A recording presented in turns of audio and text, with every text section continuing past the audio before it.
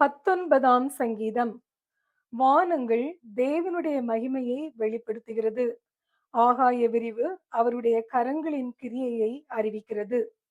பகலுக்கு பகல் வார்த்தைகளை பொழிகிறது. இரவுக்கு இரவு அறிவை தெரிவிக்கிறது. அவைகளுக்கு பேச்சும் இல்லை, வார்த்தையும் இல்லை. அவைகளின் சத்தம் கேட்கப்படுவதும் இல்லை.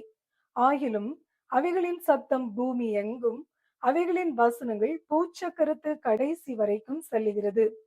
அவைகளில் சூரியனுக்கு ஒரு கூடாரத்தை ஸ்தாபித்தார். அது தன் மணவரையிலிருந்து புறப்படுகிற மணவாளனை போல் இருந்து பராக்கிரமசாலியை போல் தன் பாதையில் ஓட மகிழ்ச்சியாய் இருக்கிறது. அது வானங்களின் ஒரு முனையிலிருந்து புறப்பட்டு அவைகளின் மறு முனை வரைக்கும் சுற்றி ஓடுகிறது.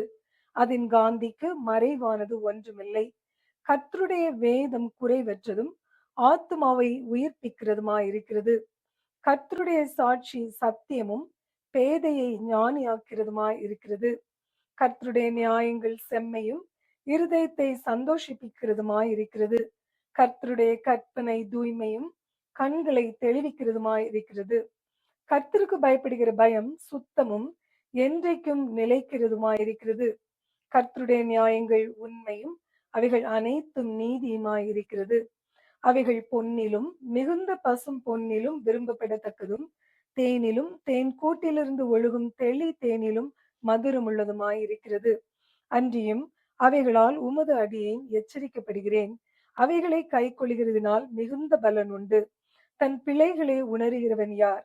மறைவான குற்றங்களுக்கு என்னை நீங்களாக்கும். துணிகரமான பாவங்களுக்கு உமது அடியேனை விலக்கி காரும். அவைகள் என்னை ஆண்டு கொள்ள ஒட்டாதிரும். அப்பொழுது நான் உத்தமனாகி பெரும் பாதகத்துக்கு நீங்களாயிருப்பேன். என் கன்மலையும் என் மீட்பருமாகிய கர்த்தாவே, என் வாயின் வார்த்தைகளும் என் இருதயத்தின் தியானமும் உமது சமூகத்தில் பிரீதியாய் இருப்பதாக. 19ஆம் சங்கீதம் நிறைவு பெறுகிறது.